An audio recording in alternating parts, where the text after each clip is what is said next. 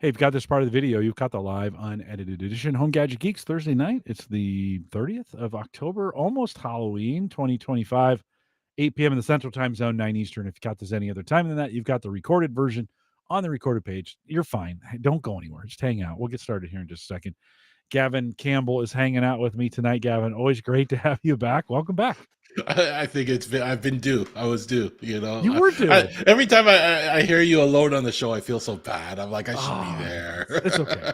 It's okay. We the two past ones, I hadn't done a solo show in a while, Yeah, and that was a little therapeutic for me. I'm not gonna lie. Like those shows working through some of the stuff that I had, I've done a bunch of solar work and some of those other things. It was actually good for me to do those. So don't feel too bad. But it's great to have you. Great to have you here tonight. Snow flying there in Toronto no, yet? not yet, not yet. We're at 8 degrees Celsius. I think overnight and Oh, tomorrow. okay. So it's still So, pretty warm. but Yeah. it's raining. It's raining Yeah. a lot right now. Yeah. So Yeah, the East Coast, we're at the end of hurricane season and there's all that moisture. I mean, Melissa is crushing it out there right now. yeah, Literally. It's feel bad for the Caribbean islands. They're just yeah. getting I have crushed. family and friends there, Do so you? they gave Oh, me are a they lot of okay? They're reports. okay? Yeah, a lot of roofs got blown off and things Yeah. like that, right? So their communities on, part of the Oh, island are just devastated. The oh, hospitals are destroyed, yeah. but they're Sorry. okay. So the community is now Mhm. coming together and trying to rebuild and help Yeah. everybody out. So it's good news.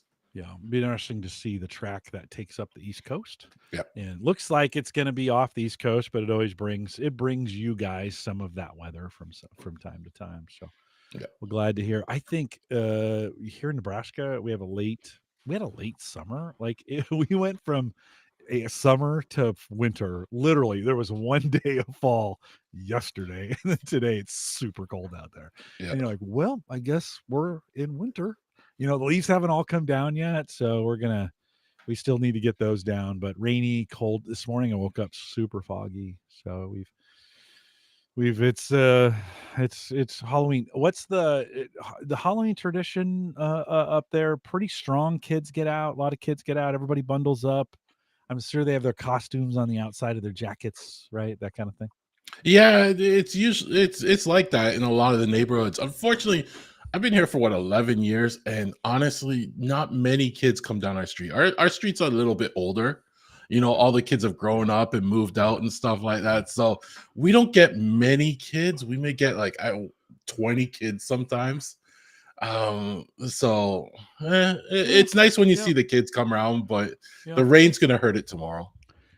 Our neighborhood's come and gone. Like there's some years all the lights are on and the kids come down, and then there's other years where everybody turns their lights off. The universal symbol, "Don't come on my yard." And and then one year, I think maybe it was last year or 2 years ago, I had some trees taken down, and they disconnected the street light. We have the one street light on the street, so they disconnected it, so it wasn't on for Halloween. Our street was super dark to begin with, so I don't think we got anything that year. So we don't have any candy in the house, and I think we're gonna hunker down for tomorrow night and not they just turn the lights off. Just no, don't come to our house. Yeah, Kind of I deal. honestly think if Yeah. it keeps raining, we don't have to worry about that. And knowing all the dads with the Jays game tomorrow, they'll be Oh, done for by sure. 8 o'clock. Racing Yeah. home to catch the Yeah, yeah. game. Hold that. We'll talk about the game in the beginning of the show. Joe said, no fall here either, straight to miserable. And yeah, I think we're gonna go straight to it. So lots to be ready for from a winter. Although I'm kind of ready. Like I got the hoodie on. It's football season. Chiefs aren't looking the best, but they're coming around. So You think so? You think they're coming around they now? do. They are firing on all cylinders now. They got all Yeah. the receivers back. Okay. Rice is back, and Worthy's looking good, and that's freeing up Kelsey. Like, Yeah. he didn't have any support. They had no wide receivers, so he was just getting double teamed or triple teamed on Yeah. everything. Yeah. So now they're kind of leaving him alone, and he's old. I mean, it's like me playing out there. Yeah, yeah. The first Like, few games they had me nervous, and oh, for sure, yeah, and for sure. everything came down to Mahomes having to do his miracle plays, which he's really good at. Yeah, no, right, So right. No, right. He's right on. Tony says it's not Christmas yet, Scrooge. So yeah, we got to get through Thanksgiving, friends. You guys already done. Is Thanksgiving as big of a deal in Canada as it is here in the United States? Do you guys make a big deal about it? Oh yeah, Thanksgiving is we don't have Black Friday like you guys Right, do. That's right. tied to it, but yeah, it's a big deal. We have the day off, and that was 2 weeks ago, I think it was. Is it a Friday? You guys do it on a No, Friday? it's Monday. Oh, okay. Well, that's Yeah, that's a good thing to be thankful for. As a Monday off, yeah. that would be good. So That's always great. That's always great. Yeah, yeah. I was always jealous you guys would celebrate it before we do.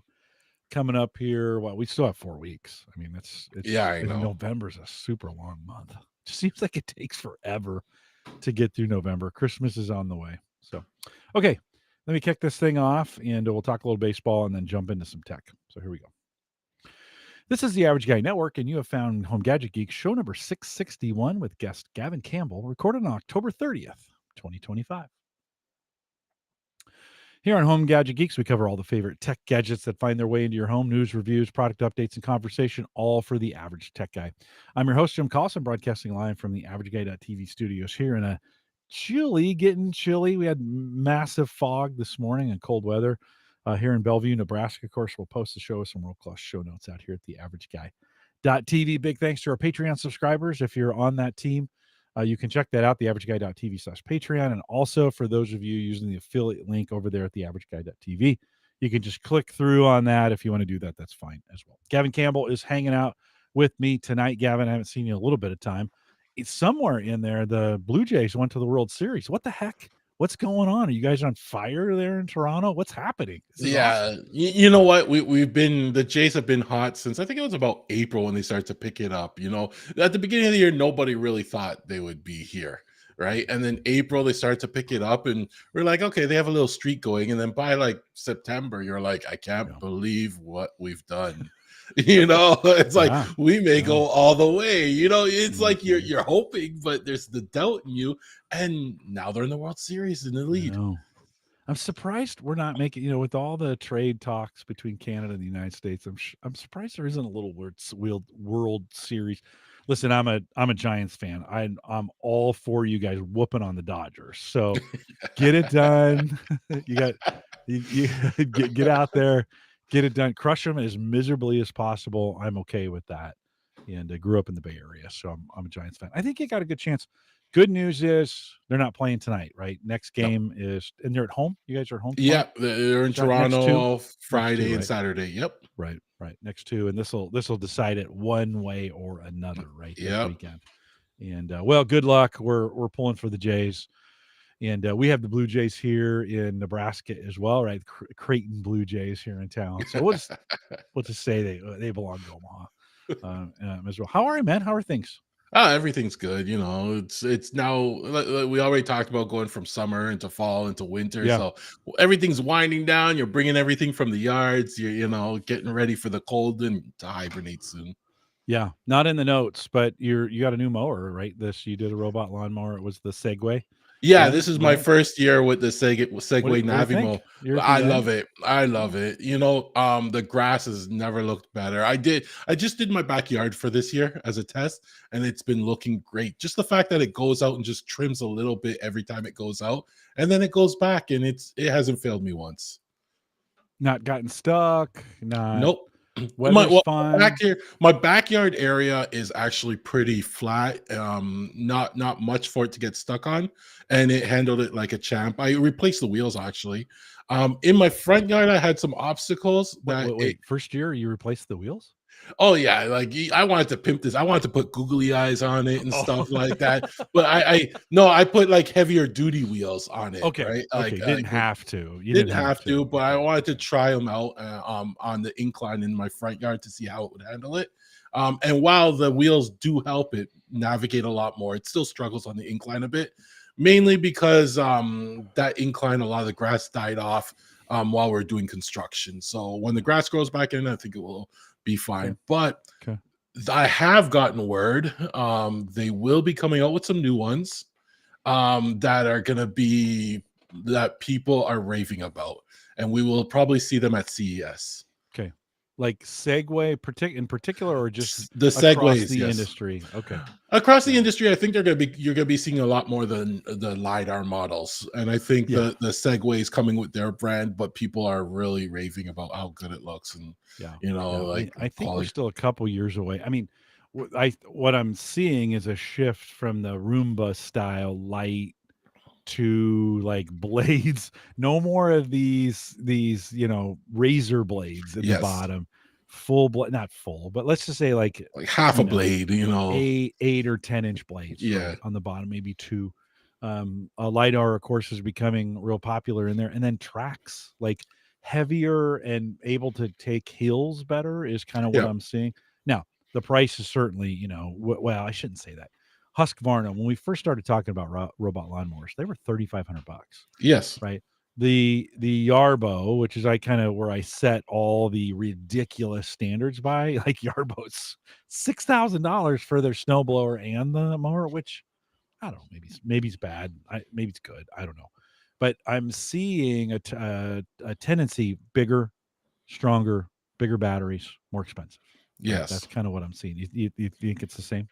Yeah, I think it will start off as that, and then I think the prices will start to drop as others like that's how it usually goes, right? Yeah, you So think? they come out with they'll first come out with them more expensive with all the frills and everything, Right, and right. then you'll see the prices as competition releases their models. Prices will start to drop, or as newer models come out, and I think we'll quickly reach probably in the next year, the point where it's like, all right, we got this figured out now. Now they're just adding these bells and whistles to it, so Yeah, you may see it yeah, come with something like they'll start releasing side trimmers or like cedars yeah, or yeah, attachments like that to it, and we'll yeah. start seeing it go that way. What's it when you poke the holes in the ground? Yeah, aeration Aeration. You think or there'll be yes. like aeration will Yep. show up? There'll be a little roller. It'll just go out there and roll that in for you. Would be super cool is if all the attachments had their own garage too, so you could program it to be like, hey, go out, pick up, come out of Yeah. your garage, pick up the attachment, right? It'd lock in, go do your thing, then you're charging, and then I want you to go out and maybe do some aeration, or I want you to Yeah. do some seeding, some overseeding in this area, or something like that. That's pretty ridiculous. I'm not gonna Yeah. lie, that's pretty ridiculous. But we are in the spot. You can probably get the average mower is probably $800, 900, and then for the really good ones coming, they're in the $2,000 and $3,000 range is kind of what I've been seeing. So, well, good, good. I'm glad it worked out for you this year. What do you think's the life expectancy on that thing? Just as you got a year into it, what do you expect to get out of that thing? I expect probably a 5 years out of it. I'm most nervous about the battery, probably, right?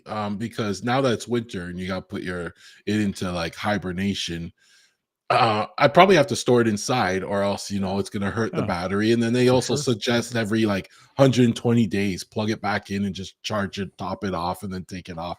I wish I could take out the battery and just put like a trickle charger on it and just leave it like that and let it maintain the battery over the season or something like that. It would be Yeah, nice. you could get one of those plugs that are smart, a smart plug, Yep. and they have schedules on them, and so Yep. you could plug that in and then set the schedule for 120 days. That's a long time. But, I mean, it's almost all winter.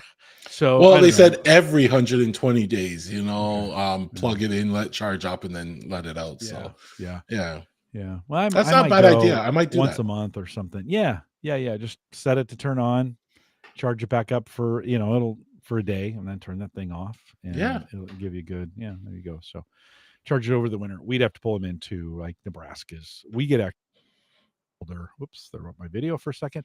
We actually get a little bit colder than you do. Did my audio change when that flipped over? No, I still hear You you still fine. hearing me? Okay, okay, Yep. okay. So well, good. It's the end of the year. It's you always kind of wonder. You get those, you run them a season, and then you kind of go. I mean, it's easy. The first couple mows are like, this is great. And then when you get to like the end of the year, are you still saying this is kind of great? And you're saying that. So good. Good stuff. You had mentioned a little bit, I hadn't seen these yet, but the new Echo Dot Max, right? Their new smart speaker Yes. from the A lady. I won't say I won't say the name, so it kicks it off. I Gavin, I'll be honest with you. I haven't bought a smart device like that in a while. We put those Amazon devices in bedrooms that had clocks on them like 2 years ago. But those were great. We hadn't bought anything. I still had the cylinder tube from the original version.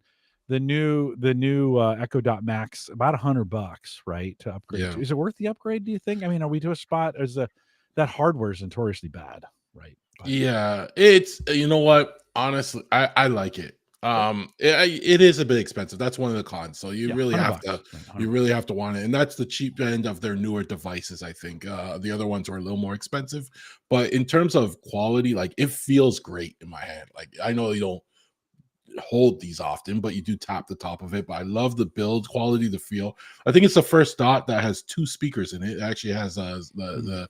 the tweeter separate, so that's good. So the sound quality of it is amazing. Like it's better than all my other ones I had.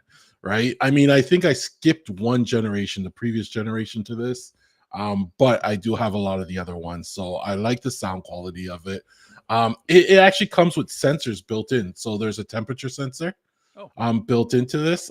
There's also ultrasound motion sensor for detecting like presence in the room. It also has Wi-Fi sensing, so I have to find out more details on that. I only just got this yesterday. I've been playing with it, okay. but that's good. I mean, it offers tap gestures, so you can tap the top of it to pause, play your music and stuff like that if you want. Yeah. The hidden stuff, like I mean, it has Zigbee, Matter, and Thread built in. So Really? Okay. in terms of your smart home, this could be like one of your Matter controllers or Zigbee controllers. You can add devices to it and use the app to control them. So that's pretty good. One thing that shocked me is it works as an Eero Wi-Fi extender. Right. Really? So if you're in the Eero Yeah. ecosystem, this will just extend that Wi-Fi a little bit more for you. Wow. Wow. Right. Okay. So Okay. I don't have Eero anymore, so I don't use it. So I hope they actually turn off the antenna so it doesn't interfere with other stuff in my house. Right. But that was actually cool to see. I the one thing I wish it had the line in. That's one Okay. thing I wish Okay. it had so I could use it as like my computer speakers and you can set up like a stereo pair and stuff like that. And but it is much faster than the previous ones, right? Well, yeah, anything would be. And it's Yeah. built Yeah. for the new Alexa Plus. Yeah. Cancel. Of course, I knew I was going to do it once, No, right but on. Right on. it's built for the new Madam A Plus service, which in Canada I don't have it yet. I know they're Oh, doing really? trials in Canada. Okay. In the Okay. US, they've been rolling it out Yep, slowly. we have it. We have it You now. got it. Oh, I'm Yeah. so jealous. Yeah. What are your thoughts? Have you played with it at all? Or Yeah, a little bit. A little bit. The voice changes, and then it's just a little smarter. I kind of wonder. When I say smarter, you're able to do multiple commands without re-invoking it. yes, And then it's offering you a bunch of if this then that kind of scenario, so you can kind of start doing some of those kinds of things. The new voice, I feel like I'm cheating on the old voice. You're kind of like, hey, where did my old girlfriend go? yes, Did you just she just got replaced, and all of a sudden the new voice, a little sassy, like much sassier than the old one was. Kind of just, you know it, you're hearing it now. yes. The new one's a little sassy, and so you're kind of like, huh, okay, well, that's interesting. We haven't used it. We still continue to use it for the things we use most of the time, which is music, timers, looking things up, asking it questions about facts, right? Kind of whatever kind of thing. I haven't really taken advantage of the really smart stuff that comes with it. But like I have older, I have older hardware, and I just feel like the older hardware is struggling Yeah. with this, you know. So Yeah, I and don't know. that's why the new ones are built for it, because it has more Right, powerful right, yeah, processors, yeah. so it handles it a lot I better think they're going to want to push some of that to the endpoint. Some of the processing they're going to want to push out to the to the endpoint, and that's, edge. Yep. yeah, we always go back and forth whenever we do this kind of stuff. We spent 30 years going to the edge, coming back, client server, going to the edge, bringing it back, going to the edge, bringing it back. And I think we're, at least in this ecosystem, we're kind of back to try to get as much processing going locally, which is a little scary because I think it's listening a little more than it did before. I think it's really listening a lot, like it's listening to everything. And because I'm starting to see a lot more ads. I mean, this is the crazy thing. Now, some of that is I've been doing more shopping on Amazon, and so of course that's all tied together. I still can't figure out, like, it gives me ads for things I just bought. And you're like, Yes. I just bought that. You should know that, right? Kind of deal. So, um, is the sound significantly better? I mean, since it's stereo, is it true stereo in out of that thing, or is it just two speakers? Oh, you got a tweeter and a bass. Is that Yeah, what you it's a got? Or single tweeter and a speaker, mid? but you can pair it with a second one and get Oh yeah, stereo yeah, sound. yeah, yeah, yeah, So if you really wanted to, yes. yeah. And a I sub think too. that, and I think Fire TV is coming up as well. So you'll be able to pair those with the Fire TV and make the sound. It's kind of what I do today. I have a Bose. What do we call this thing? It is a, oh shoot, it should have the name. I can't read it, but it's one of these, right? Yes. It's a really well designed. I've dropped it 1,000 times, and you can't. And it holds up really, really well. Good sound. Battery life is amazing. I pair it with the TVs. I have a Fire TV outside.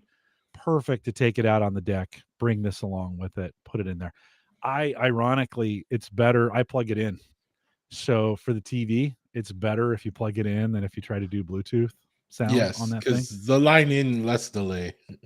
Yeah, and it's just more reliable for Yeah. whatever reason. Like it's just more reliable. Do you think you're gonna get any? You got one. You gonna get any more? I have too many in my house probably now, so I'll see if my sister wants some. I think my decision will be based around the plus service.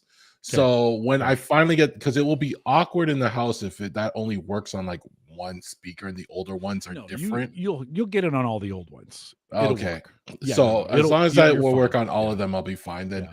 I might not. It- uh, Gavin, what was weird about it is it rolled out to us is it didn't necessarily replace everything right away. So we would still hear the old girlfriend Yes. before, like she was still there for some things, and then the new girlfriend showed up, and you're like, oh, okay, that's different. And it seems like it's being like different services are being replaced over time.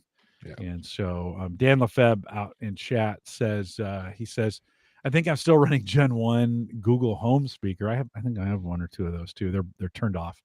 They still work. Let's see, they still work for very little that I use them for. So I haven't really needed to update them. And yeah, those, I've got a couple old Google ones. You still have any others? I have old Google one, but I never use it. But I know Google also released some major updates in integrated Gemini into their smart home stuff. So I don't know if the Gen 1 can work with that. But I mean, if it works for you, it works for you. For the most part, you're just doing basic stuff on it, right? Yeah. Yeah. Do you like, we've talked about Home Assistant a bunch when you're on. Is there any integration? Like I would love for, I guess this would work, right? But there's a voice integration as part of Home Assistant, right? But it doesn't seem like, I mean, I guess I don't feel like the Echo device is necessarily, you can it's its own ecosystem, right?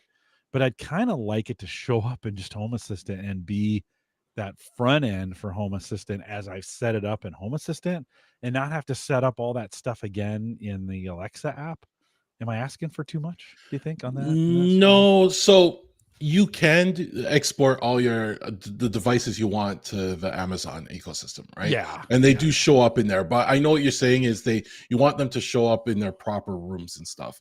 For But sure. one thing I Yeah. did notice is I don't know how it determines it. If it determines it off of like the name of the device, but if I add like my office light, it it will sometimes say to me like new device added. Oh, we think this is part of the office. Do you want to add it to the office? Or it will automatically add it to the proper room. So I think they added that smarts in there, Yeah. but I'd like a way to control it. So like when I say, okay, expose this entity to the Amazon ecosystem, and it's in this room, copy over the room that it's Yeah. in too. I'd like them to be able to Yeah. do that. I don't want to reset up stuff like you. Yeah. Well, do you find also, okay, so it's not just Home Assistant in the Amazon ecosystem. You've also got this ecosystem that's built by whoever built it. So I might have a Casa or TP Link or Tapo or whatever they are Yeah, this week. yeah, Seems like those guys have been about 8,000 different things. And then I might have some Lutron devices in there. Do you find, like, you're right, some of the room settings, like I call this area down here the studio, so I try to name it fairly consistent across all rooms, but sometimes you get in those weird situations where it's a little different, doesn't see it, it's not compatible along those. Then you're adding Zigbee and Z-Wave stuff into it as well, and then the other day, the other day, what was it? Oh, the garage door closed. It was 10 o'clock. It was exactly 10 o'clock. And we were both upstairs. And Sarah goes, I hear the garage door closing. And I was like, so you listen, you're like, yeah. She goes, did you close it? I'm like, no. And I was like, I think I have a routine for that. Like I had gone out. So first you pick up the phone, I go to ring. I'm looking for people. I have a neighbor who probably would have come in the garage, hit the button for me, and then ran out of the garage to like shut the garage door for me. That's the kind of neighbors I have.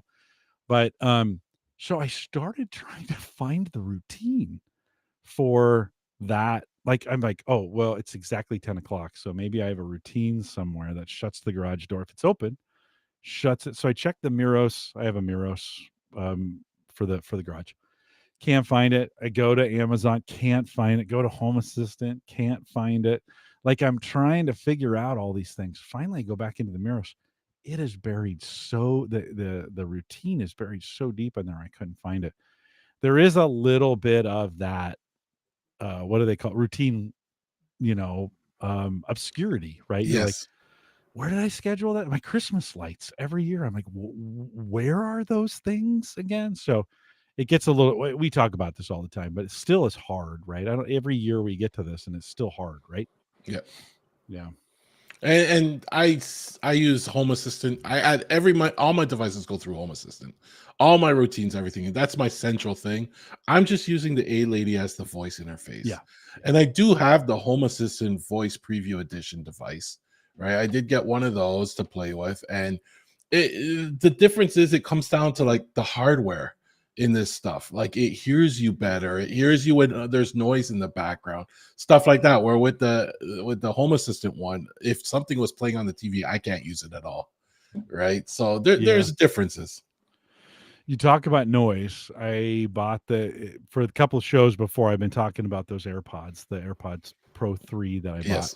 I've been doing translation stuff with them. Today I was trying to watch a translated video. So the video was in Portuguese, but there was music. So it was voice with music. No, Not gonna work. no, Yeah. not no, no, not, not gonna happen. So it was one of those kinds of things you're like, oh gosh, well, I guess it's really anticipating a super quiet environment. And certainly the other issue we have that I'm sure you have is couple times I've started music and it started on the device across the house. Like somehow the device all the way on the other side of the house heard me before the one in the kitchen did. And you're like, come on. The kitchen's got the 5-inch screen, which we really like. And Yes. then, behind me here are the 3-inch screens. I have one in my room with a 3-inch screen. Then we've got a few with the clocks embedded in them. We've kind of gotten rid of the really old ones. But I think I've got one in the garage that's just a sensor. So it's a sensor with voice on it. I forget what it's called. So when you walk into the garage, it turns on the lights, those kinds of things. That the device you have, the Max, that does all those things, right? It's kind of all of that built in one. Is Yes. that right? Yeah. Yeah. Yeah. Yeah. It, So it has, yeah, it has the motion sensor, Wi-Fi sensing, and temperature sensor. So yeah, yeah. uh, You just had it a couple days.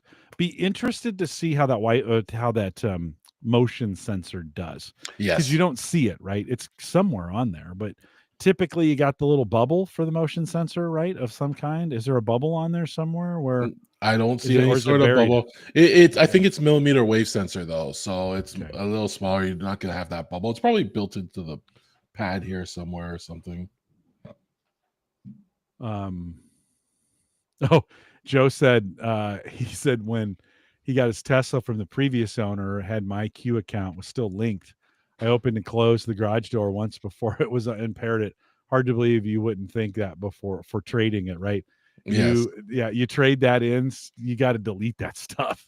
I've got a treadmill that has Wi-Fi it has Wi-Fi sensor on there so that you can do all these things with it. And you're like, yeah, if I give that treadmill away, I better go in there and wipe out all that Wi-Fi stuff.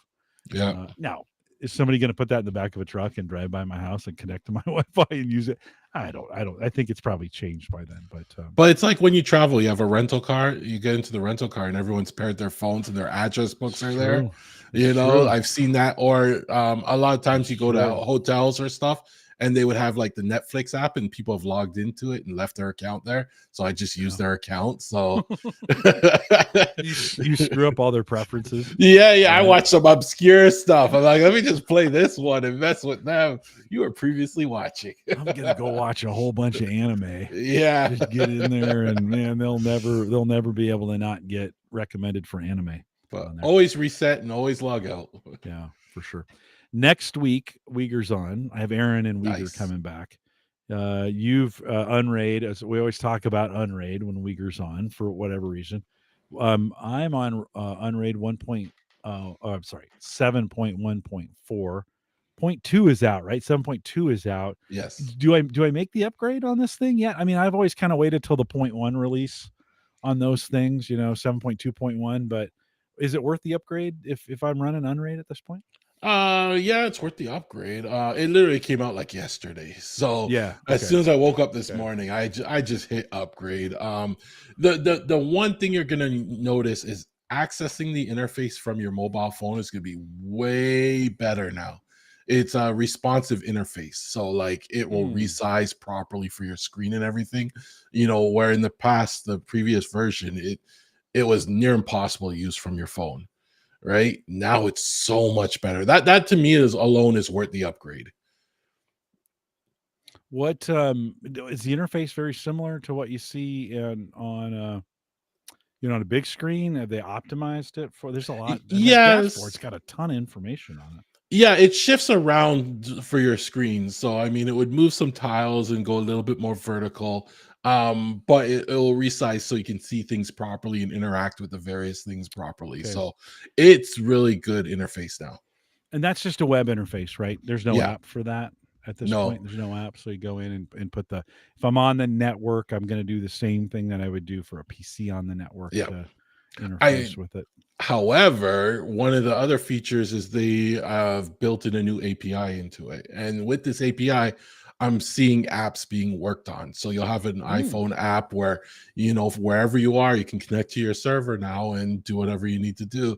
So I am seeing apps working on, I think I had one installed. I just couldn't never get to work with 7.1.4. So now that 7.2 is out, I'm going to play with it again Okay.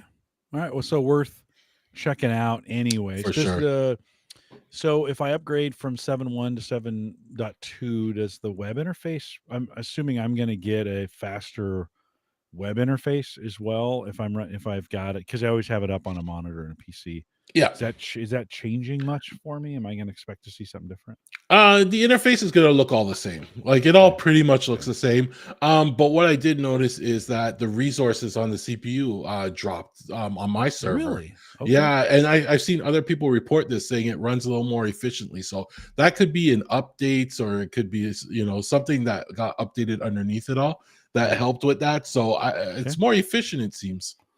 Do they do the what's I going to ask? Resources. Oh, do you go to the dashboard most of the time or do you go to I go between dashboard and main for whatever reason when I'm monitoring Yeah, this thing. yeah. Would you prefer either one? What do you? I mean, the dashboard certainly. I like to leave these things up. They kind of look cool. Like from a dashboard perspective, I think Unraid's got a super cool looking dashboard. I've got it above the Home Assistant dashboard in this. I'm running a Surface Pro, so I got touch screen for Home Assistant, and then I've got the Unraid and the Open Media Server tabs where I can flip between those two. Which of those, like, what do you like to look at in the Unraid? I'll be honest, I like the dashboard more, and the main reason is because I have the processor box expanded because in my server I have 24 cores, which is like 48 threads. So it looks Dang. really nice when things are happening. You're just Uh-huh. like, look at that power, you know. But Like a Christmas tree yeah, going and on. just by looking at it, I know what's assigned to what I have assigned to Yeah, what cores, so I can say, yeah, "Oh, that VM's kicking up right now. Something must yeah, be going on, right?" yeah. Yeah, they've kind of nailed. I think they've nailed the dashboard. Like they're doing a really nice job. The Open Media Server, which is a new project, new-ish, so to speak, or Open Media Vault. Sorry, Open Media Vault is what it's called. New project, open source, based on Linux. Pretty cool dashboard all it's on its own. But I love to impress people. When I'm working from home, it's in the monitor behind me. It's like right over my right shoulder, and I've got these things. Of course, it's refreshing all the time, and there's stuff moving on with it. And so it looks. You get that wow factor right on it as well. Okay, so I still may wait. I don't know. I'll probably upgrade. To be who am I kidding? I'm probably going to update it right after the show is over here just to see do you think like their updates have been pretty good over the last couple years, right? Those they seem to have their game together there at Unraid. Do you think? Yeah, they do, but you still gotta read the release notes, just because they'll have some things that may catch you. In my update, it was pretty smooth, but one of my shares stopped uh being accessible, right? Okay. For some reason it wasn't being you couldn't connect to it over SMB anymore, Oh, and it had an error, case insensitive share name is not unique. And then just a quick search in their forum, I found somebody else have the same issue. They said how to fix it. I ended up fixing it. Great, that was done. But just, you got to keep an eye on some of these things. I have yeah. two Nvidia cards in here. I have Really? a Tesla P4 and a Tesla T4. One's used for my AI stuff, and one's used for all the transcoding and stuff. And one of them stopped showing up. So I don't know what happened, but I just ended up doing uninstall the driver, reboot the Nvidia, the server, reinstall the Nvidia driver, and it all came back. So Hmm. it Okay. was Okay. smooth, but I ran into those little hiccups, but they were quick fixes. They weren't too tough. 2 weeks ago, I talked about running local LLMs. We're going to talk about with you here in just a second. The other day, I hadn't listened to this podcast in a while, but I was listening to Entertainment 2.0, right, with Josh and Richard, Richard, yep, and John Biggs was on, and John yep. was talking about his home entertainment center, right? HTPC is not a thing we really even talk about anymore, but you're still keeping one around. Play the part of John Biggs here. What are you using from an entertainment center perspective? What are you using? So like if you listen to that show, I got a shout out on that. Nice. Yeah, They yeah, they yeah, yeah. they made a call out this, as I'm probably one of the few people to use all the buttons on the Harmony remotes, right? But it's true. I love my Harmony remotes, but in my entertainment system, it's basically just I use Windows 11 Dell micro PCs, right? So Okay. they're just a little one, I guess, the 1 liter form factor that they call it, and they're all hidden behind the TVs and everything like that. And my front end is all Kodi, right? And the reason Oh, I okay. still use Kodi as my front end is because of how customizable it is, right? So I'll get into that in a bit. But then my back end on it, I use MB, and MB does all the Mm. transcoding or not, yeah, the transcoding.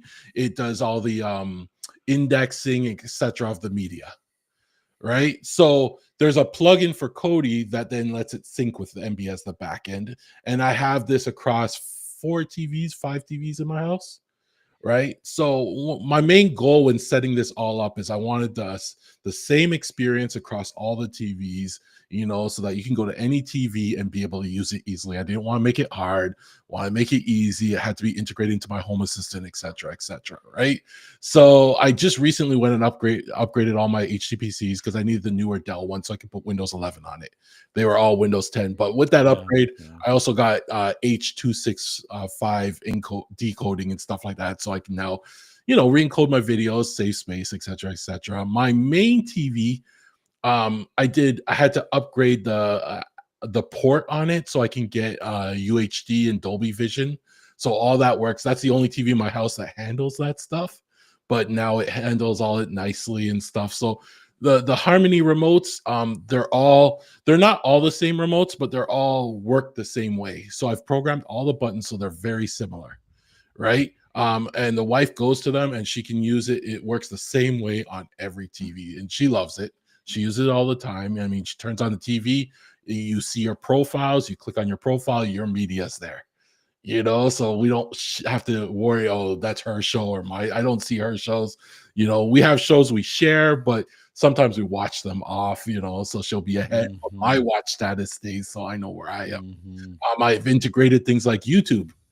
All my YouTube subscriptions automatically get downloaded and presented in its own little menu, Okay, right? So on okay. YouTube, if I like someone's channel, I just hit subscribe and now it's automatically syncing to my TVs.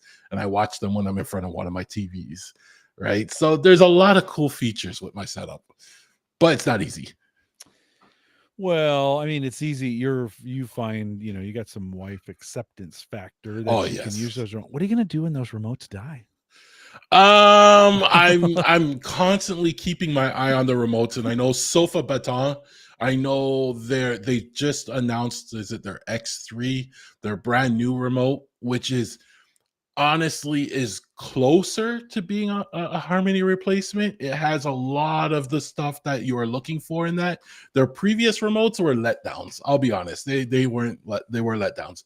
Their new one though is looking so much good. So if any of those, if I have to replace the Harmonies altogether right now, I'm looking at those. They're still a little more expensive than I really wanted to, but they're like, Yeah, maybe 250 or 300. I can't remember what the pre-order price was, but they were saying all the right things, yeah. right? So I'm looking at those. In the meantime, I have backup Harmony remotes. So in Of the in the course you basement, do. yes, in the basement, I have two backup I got them free, so I mean they're Yeah, in the right on, box. right on. Yeah, They're in the basement, so if one of them happens to die, then I could just pull out one of the backups and reprogram it. yeah. Do you think we could live in a world where AI just takes over those remote functions for the most part? I mean, you're just basically talking to the TV, getting what you want from an AI perspective? We kind of are there now because when you look at like the cable companies in there, I don't know in the States what it is, but up here we have Rogers and Bell, and you can hold the button and talk to it and say change it to this channel, or you could say turn on the baseball game, right? And it will show you all the baseball games. You could select the one you want, etc. We're Yeah, kind of there. I don't think it's fully AI yet. I think it's still more prompted in a way. yeah, But yeah. it is looking good, and I want to get there. I want to just turn on the TV and say, I feel like watching this, And I think with the Amazon new devices, their new Fire TVs and stuff, I think they're getting to that too. Yeah, yeah. I watch so much YouTube.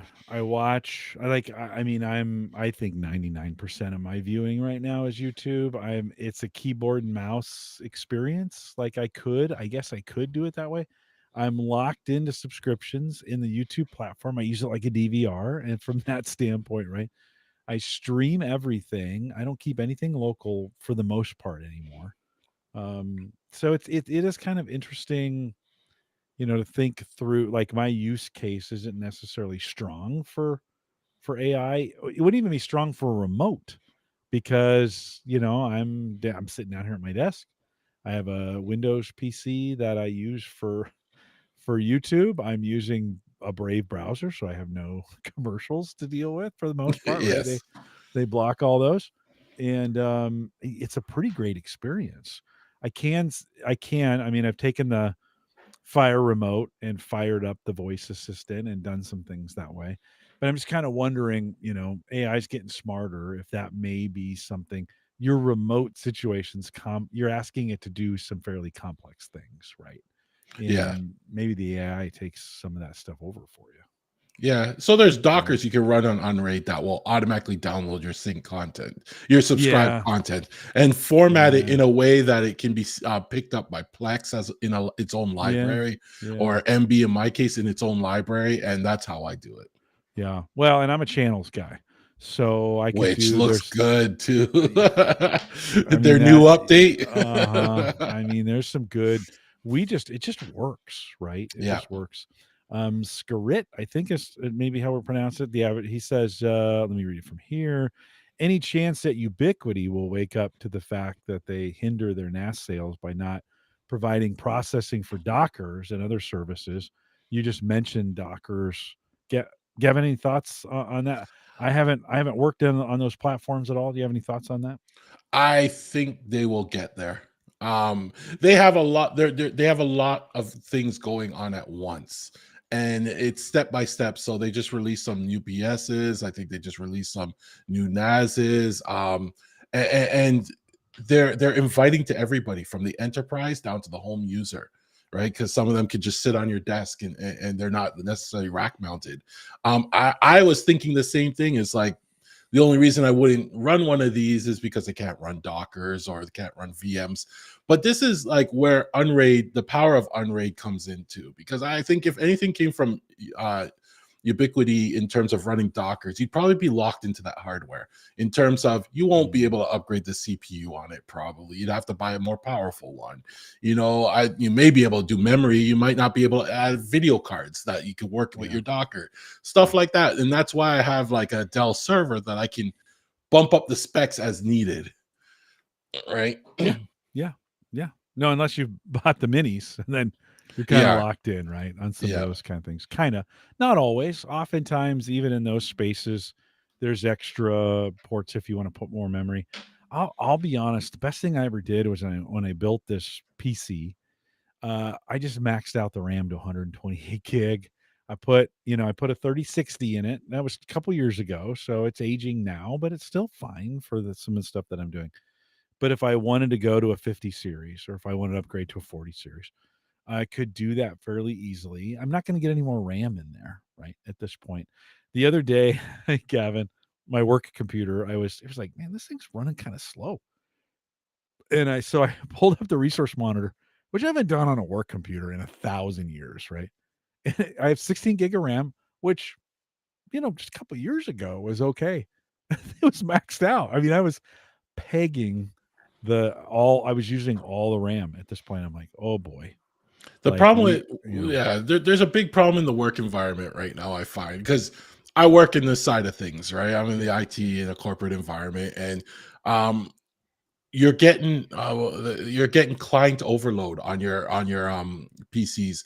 So we've gotten to the point where we're installing all these little clients to monitor and secure your machine and do all these things in the background, and they're taking up a lot more memory than they thought, and it's pegging the CPU, and we're running into that now.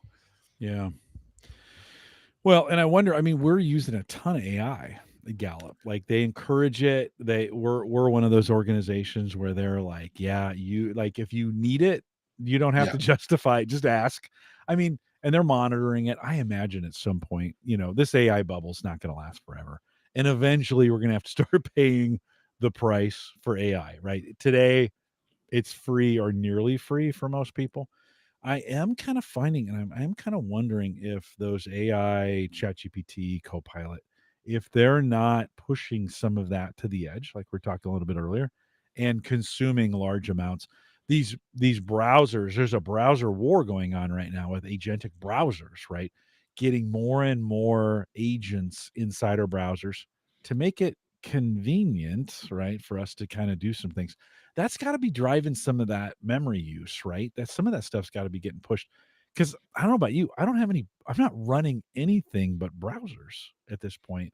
It's consuming Yes. 16 gig of RAM. Yeah, Yeah. we've also got a lot of inefficient websites that have been homegrown that are sucking up memory too. The Copilot Plus PCs that you'll see like them talk about a lot. They're Copilot Plus because they have an NPU that does 40 tops, and the goal is to eventually start offloading a lot of that processing onto the NPU to free up the CPU, and that's where you're going to see in the next few weeks, the middle of next month. I'm going to Ignite, and they're going to be, I expect that's the Microsoft's yearly event. I expect them to be talking a lot of AI there. Yeah. It's a little quiet right now, and in a few weeks you're going to see a lot. I got some clarification in the chat. Secret is the way. That's right. It makes sense now that he explained it to me in the chat. Let me bring Oh that up. yeah, Yeah, Sequence secret Squirrel. squirrel. Okay. Right. Yeah. Okay. Makes sense now. Appreciate you being patient with me. On that one. But paying homage to Kachafi's secret squirrel. So appreciate you checking in on that. Let's talk. I threw out the concept, 2 weeks ago. Solo show was like, hey, what are you using local AI for? Right. This was kind of the thing. It's gotten really good. There's a lot of it available. It doesn't run on low end hardware. Like No. this is one of those things you're not going to take a 7-year-old laptop and make this thing run.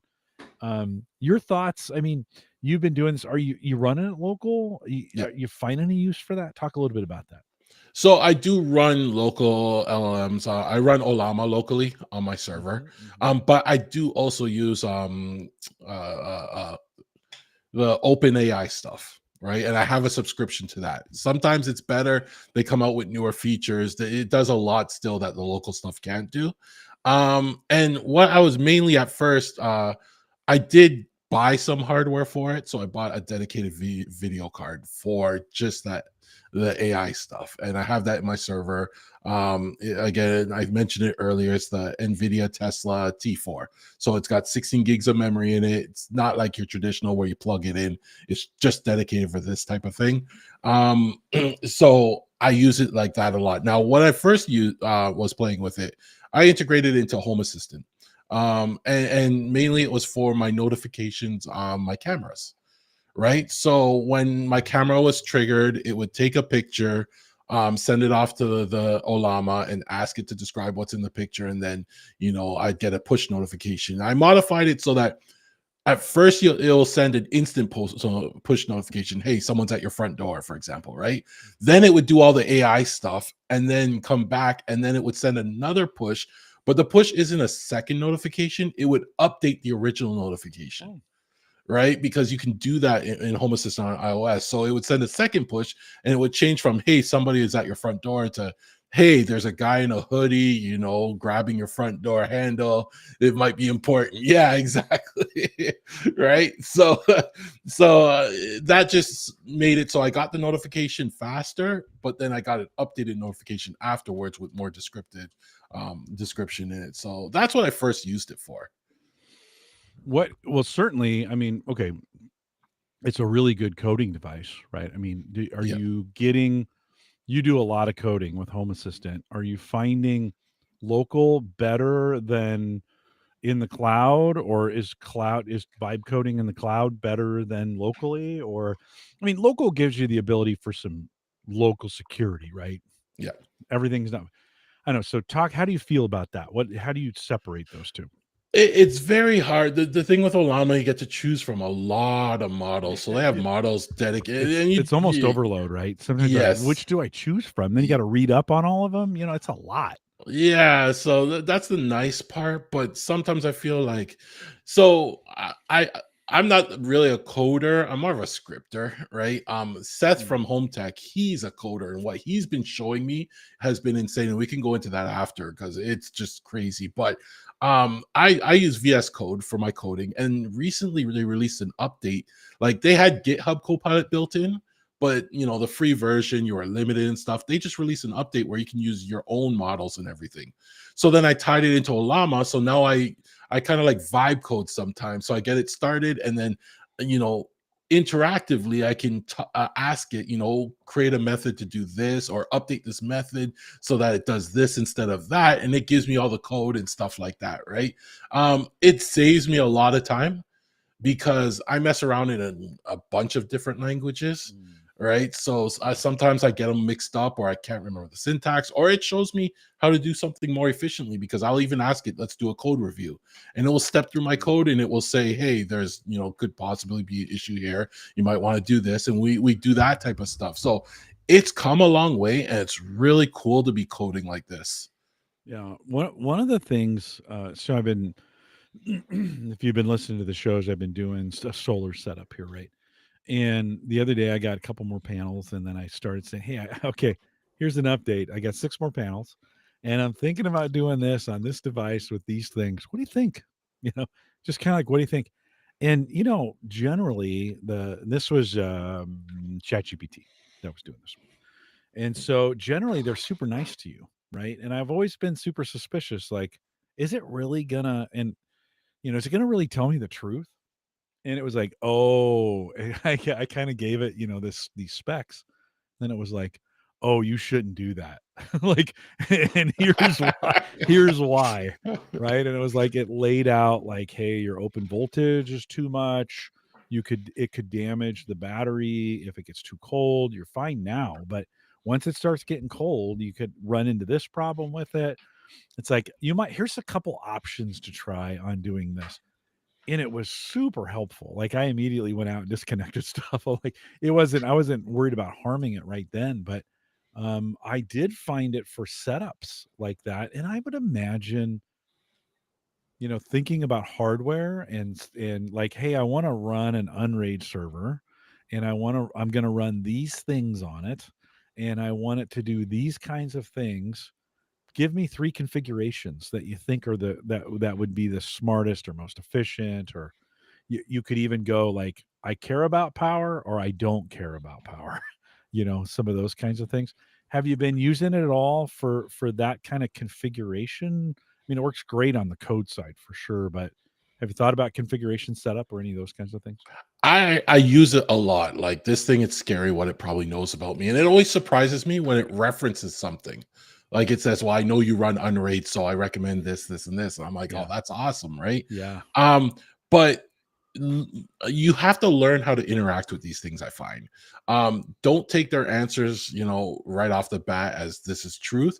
You have to have a conversation with it and drill down a bit more, and you'll find that yes, it will change some of the answers or correct itself or stuff like that. And you'll get to a point where it's like, all right, this sounds all right. This sounds right. Mhm. And that's what I find about it.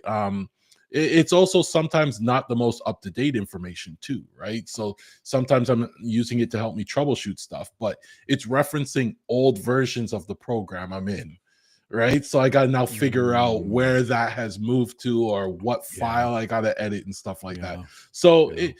I know we expect a lot of it now, and I think we will get there. We're still very early, but you got Mm. to learn how to talk with these things, I find, and Yeah. you'll get good results. I've been talking a lot about AI bubbles lately, and as we think about all these companies, the hardware companies are giving the software companies credits, and those credits are coming back for them to buy more hardware. And you're like, that's counting the same thing twice, right? Kind of thing, and you're like, when does that bubble kind of end? I mean, certainly we're in the heyday.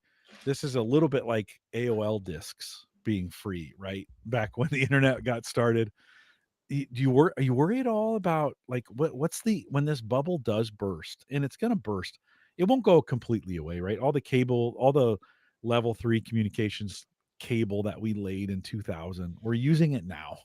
Right? It's being used right now. You worry at all about this stuff and what could be left in the aftermath of a bubble bursting, so to Um, speak? I don't think it's really going to disappear. I think this is going to be with us for a while.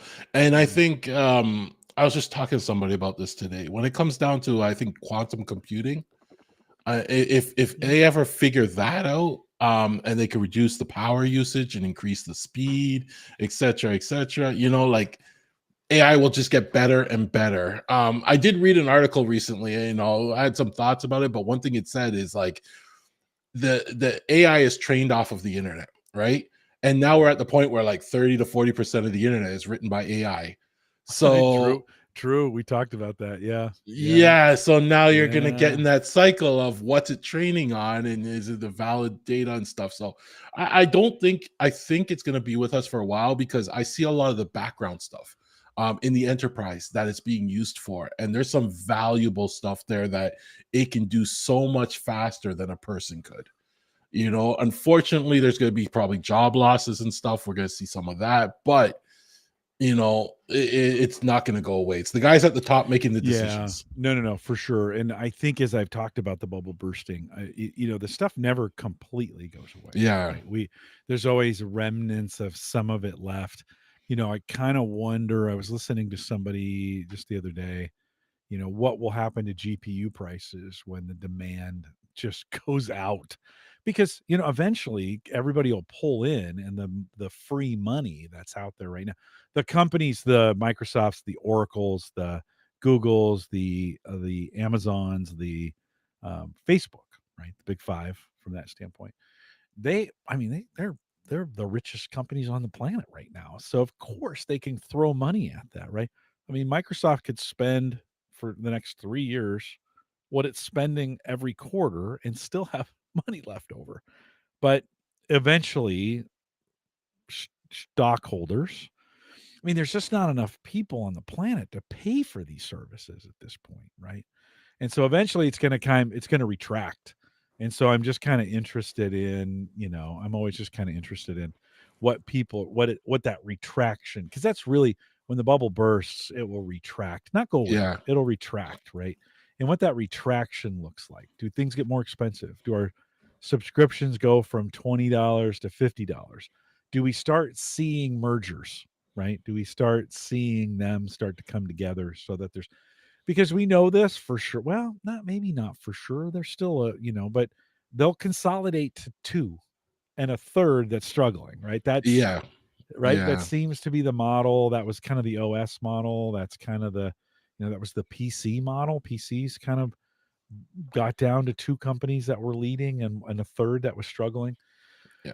So yeah, I don't know. Other thoughts? Any other It thoughts on just that? if they figure out they reduce the cost of the data centers, right? Because that's where a lot of the cost I think is the power to Oh, run the for data sure. center to do all the Yeah, computing. for sure. If they figure out how to reduce that, and I'm sure they're working on it, to like minimal, then they will start making money off of it. They're Mhm. throwing a lot of money into the data centers right now. And it would be nice if companies work together, instead of everyone building their own data center, like let's like you build a single one that can be shared and like it saves some, but I know No, that's not gonna not happen. gonna happen. It's Yeah, not yeah. the whole world's not Canada. I mean, we just don't all get along all the time, and Yeah, the let's all free be free friends. healthcare, Yeah. everybody get free healthcare. It's not Canada, for God's I know, sakes. I know. So well, I think we're coming up on some interesting times. This is one of those, Yes.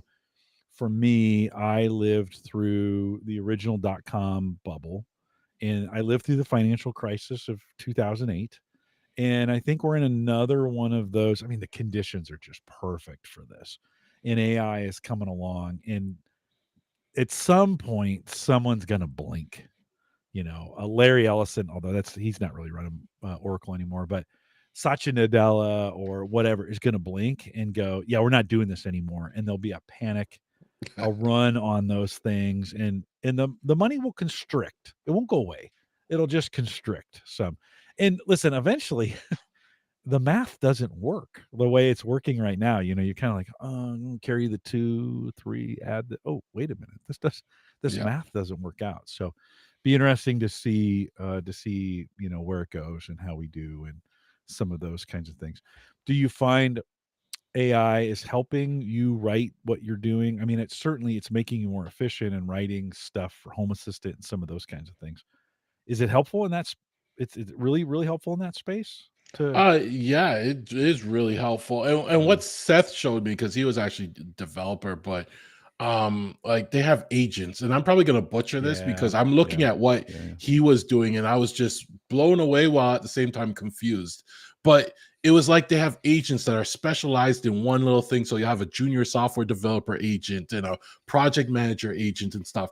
And then he would go in and describe the application, what he wanted to write, and the project manager agent would step in and read it and summarize it, ask any clarification questions and stuff like that, Yeah. and then pass it off to the junior developer, and then they'd have a code reviewer and all of these. So basically I'm looked at his screen, and the output from all that going on looked like a Teams chat of a team of Yeah. people developing, Yeah. because they actually said, okay, code is done. I'm passing it over to this guy, and he reviews it, and he does this thing. He says, oh, I found a bug here. Can you please check in? And it'll go back and forth a few times. And it's really crazy where it's going. And this is stuff we don't see, right? Like on the back end, the developers may play with this stuff, but as the other non-developers, we don't see this stuff, and that's where I see it's really valuable. Yeah, very, very, very, very interesting. It does some sleuthing on the web for me, where I can just give it a ton of data and say, go find all these things for me, and then Yeah. walk away, grab some coffee, and I come back 5 minutes later, and it's just putting stuff out, do some clicks, and I know, I think, I'm still at a spot where some of the things that I do is dependent on me doing some clicks, but I think that's coming here Yes. soon, where I don't have to do any of those things either. Just sit back, sip my coffee, have it do the work for me, and that's pretty cool stuff. I mean, I That's think the we're time getting there. saver right there. Yeah, If you yeah, like, the other day I used the agent to book a trip, like not book the trip, but plan the trip. And I gave it requirements of, hey, I want extra leg room. It's going to be on this after this Sunday, after this date next year. Plan my itinerary, let me know the cost, everything. And you saw it for 25 minutes, I think it took it, going to like Air Canada websites and going through the flights and gathering all the costs and everything. And it came back with everything. And I showed the wife, I said, this is what it did. And she was yeah, blown away.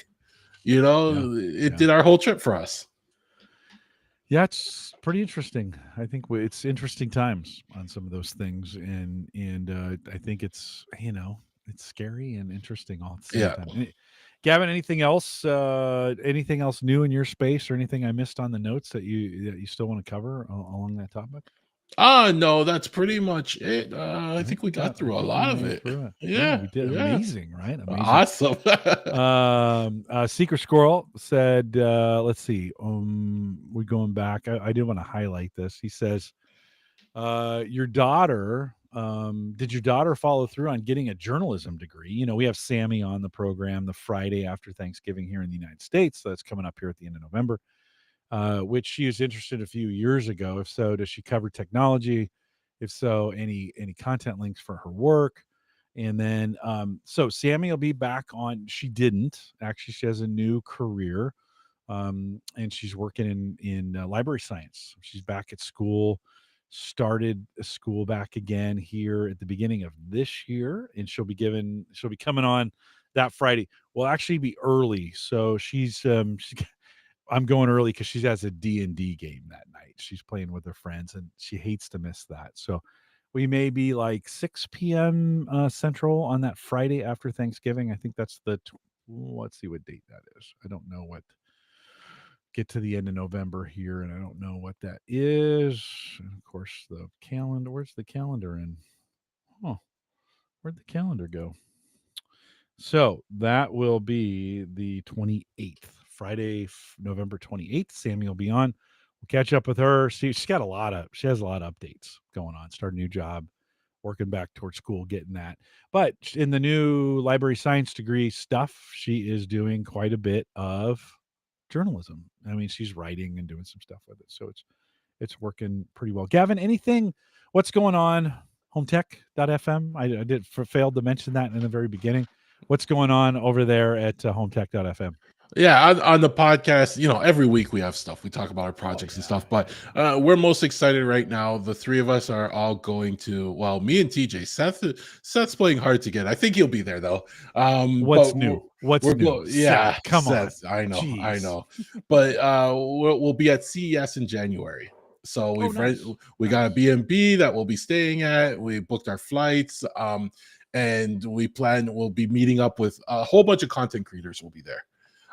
So Sweet. it's gonna be a nice time. I mean, you should come out, Jim. Like that, I just know. come I hang need out. to. I need to. But I know. yeah, they have a content creator get together. I get to meet. I know I'm gonna be meeting like Paulus from Home Assistant and Frank will be there. Like whole bunch of people I'm excited to meet. So we're looking forward to that. Good. Good. Well, safe travels as you go out there to Yeah. CES. You're gonna get sick, right? You get the CES bug. I'm nervous about that. I was thinking just Yeah. booking a one way and then letting the country export me back, for Mhm, free. I mhm. don't know, but I'll stay Hold out of on. trouble. Can you enter the country from Canada? Aren't we? I have Isn't a there a? I Is have that a Nexus okay? card. I have a Nexus card. So I mean, they've approved my Nexus card. I renewed it last month, so they're Whew. obviously cool with me. You know, Yeah. um, Yeah. so Yeah. I'm good. Travel's still a little difficult for me right now. If leaning forward or sitting up, like I'm starting to sweat. Yeah, I've been sitting up and sitting back in this show, and it's a little painful. I got to get this thing figured out. So I yeah, don't. I was getting better, and then in the last week, it kind of went back, kind of went backwards. I'm gonna go see. I think I'm gonna get a massage and see if I can, like, if that helps any to get that kind of worked out. If not, I may go see an advanced chiropractor and then I'll go see the doctor. So it'll be it's I tell you what, getting old sucks, man. yeah. It's I know, doesn't I it know. suck? It's just It's horrible. I've never woken up Ugh. with an injury so many times in my life, What did You I know? do? What did I Yeah. do last And I don't night? know what happens when I'm sleeping, but when I wake up, I'm tired and I have to take a nap. Oh my gosh. It's Yeah. old age. Well, and during the pandemic, I mean, let's be clear. I drank a lot more in the pandemic than I did before the pandemic. And then I was like, "Why am I so tired all the time?" It's like, "'Cause you're putting poison in your body, you jackass." So, there's that. Like, it hasn't been. There's some nights you're like, "Oh, I mean, tonight I've got a whiskey out here tonight," and you're going, "Oh, this tastes pretty good." So, I don't know. Who knows? So we'll have to. We'll get there. We'll get Yes. there here towards the end. Gavin, thanks for, as always, thanks for Not coming a on. Can you problem. can you hang around for a second Of as we close course. this up, and we'll do maybe a little bit of a post show. A couple reminders on the way out. If you want to join our Discord group, theaverageguy.tv/Discord, you can always send me a message, Jim at theaverageguy.tv, and then don't forget the AverageGuy.tv platform. Both web and media hosting powered by Maple Grove Partners. Get secure, reliable, high-speed hosting from people that you know and you trust. And it's Christian. Check it out today, maplegrovepartners.com. He's got hosting plans, I think, still as little as $10 a month. So check it out today. Maplegrovepartners.com. Gavin, you're 661. Next week, Schoonover is on 662 if you want to join us for that. The week after that, 663, Aaron Lawrence is coming on with Uyghur. And so we'll have the band back. She asks me every time she comes on. She's like, "Is Mike ever going to join us again?" And so I got Mike to come back with Aaron. Lucky. I'm working on Dave McCabe, so I'm hoping he can Nice. come on the 20th. So we got him scheduled for the 20th, 28th is Sammy. She'll be here. That's a Friday, not a Thursday. And then Christian's coming on the 4th. So we got a full slate lined up. Come out and join us live. Secret Squirrel, thanks for coming out tonight. I saw Brian. Dan Lefebvre was checking in as well. Dan, good to see you. Joe checked in a little bit earlier. I think I saw Tony hanging out there. Tony, no John Biggs. I even mentioned John Biggs, and he didn't show up tonight. What a slacker. What he was maybe Gavin, he was on Entertainment 2.0. Maybe he's too big for us now. Yeah, yeah. He's made it big time now. Yeah, yeah. It was great. It was a good episode. If you haven't listened to that in a while, check it out. Josh and Richard are still doing a bang up job over there. And of course, check out hometech.fm as well. And you hear Gavin every single week hanging out with Seth, allegedly, and TJ. TJ's doing okay. He's doing all right. I know He's he doing, always yeah. says he comes in behind you on this show, but TJ's doing a bang up job. When are you guys? You're not live. You're not doing anything live, right? Are No, you? we pre-record. It's very hard to schedule our Yeah. they were kind of mad because we usually record at this time, and I double Oh, booked them, so they were a little oh, mad at me for it, you know. I'm in So trouble. You got me in trouble. I'm sorry, no, no, man. You you're should have safe. told me. I'll take the heat. I'll take All the heat. right. I'll be like, it's my fault, guys. Tell TJ I'm sorry. Seth, nah, Yeah, yeah. Seth's over it nah. by now. I gave Seth some work to do, so hopefully it kept him busy. Are you recording after this, or are they waiting for you? No, so the nice part about our show is Seth is such a slacker that we have some shows he still has to edit and post. So I just said, can you please post one of the shows that we've recorded already? You know, we're lucky like that. That's Jim, hilarious. every time you post your show, like the day after, I do. I I do. pointed out to Seth, I go, oh, look, the new Average Guy TV Home Gadget Geeks is out. You know, that was so fast. Man, how does he do it? Listen, I'm pretty regimented. Like, Yeah. I even, Friday. So I'll download it tonight when we're done, and then Friday, by the time I go to bed, it's produced, uploaded to the various, and then show notes are started, and then Saturday morning I wake up, do the show notes prior to Ask the Podcast Coach, and then it's done. Like, I do all my things, then I can do Ask the Podcast Coach and don't have to worry about posting the show. So Seth, get it done. Seth, come Yes. on. Jeez. He's a good guy. He's a good guy. Yes. We are live Thursdays, and I gave you the whole rundown there. Thursdays, 8 p.m. Central, 9 Eastern, out here at the AverageGuy.tv live. Thanks for coming out tonight. If you're listening to the podcast version of it, come out and join us live here in the next couple of weeks. We'd love to have you. Thanks for coming out tonight. With that, we'll say goodbye, everybody. Yeah, Tony said in chat, John's too busy for us. I think so, Tony. I don't. The guy, I think he got too big for his britches, Yeah. as they I say. remember when I I don't was know what on britches are, but I he's remember too when big I for was them. on Entertainment 2.0 once. I came off that show like I felt like I made it. You know, I was gonna actually tell Seth to start paying me, you know, things like that. Man, that's awesome. Took me a Yeah, week to come down off of that high. you're like, I don't know Yeah. about you guys. I was never on that show, but I was Richard when he had Home On. I Yes, joined Richard one time on Home On, which was a ton of fun. He's a pretty good guy. he'll be at CS as well. Good hanging out. Good hanging out with him. I haven't had the guys from Think Computers on, Ryan and Bob. Yep, So they're doing a ton of work right now, and I nice. imagine they're gearing up for CES. So Bob's those guys' reviews have gotten really, really good. Like, Bob has upped the game on case and stuff reviews. His stuff has gotten really good on YouTube. So if you guys aren't following, I can't even try anymore. I'm like, it's too far gone. Yeah, That's too much. That's too much work. That's a lot of work. I watch these review guys. yeah, it Oh, is. And it's a some lot of people work. say do the short form reviews, but even still, just finding the best pieces to talk about to fit it into like a couple minutes and edit the video. I was thinking of doing some video, but it's a lot of work. It's a ton of work. I just don't want to do it. Yeah, yeah, I just don't want to do it. So I don't. So CES is coming up. You're getting together. You got a Airbnb. You're hanging yeah. out together. You get a bunch of creators together. That sounds like a ton of fun. How did that? Who put all that together? Like, how did that come about? TJ booked the B&B and then I just gave him Okay. the money and and Seth. It's just me, Seth, and TJ in this B&B, right? Okay. Because Yeah. some of Yeah. the other guys they didn't want to be off the strip and they wanted their hotels or their wife was coming and they had to, Yeah. Yeah. cater to all Oh, that. right on. But there's gonna be Right a on. creators meetup that one of the guys is organizing. I can't Yeah. remember Who who put it that? was.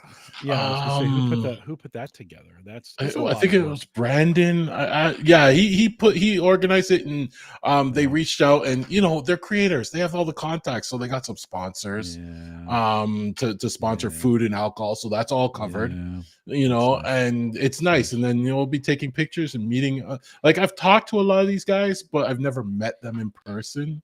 So it's gonna Yeah. be Nice. interesting to meet them No. finally. No.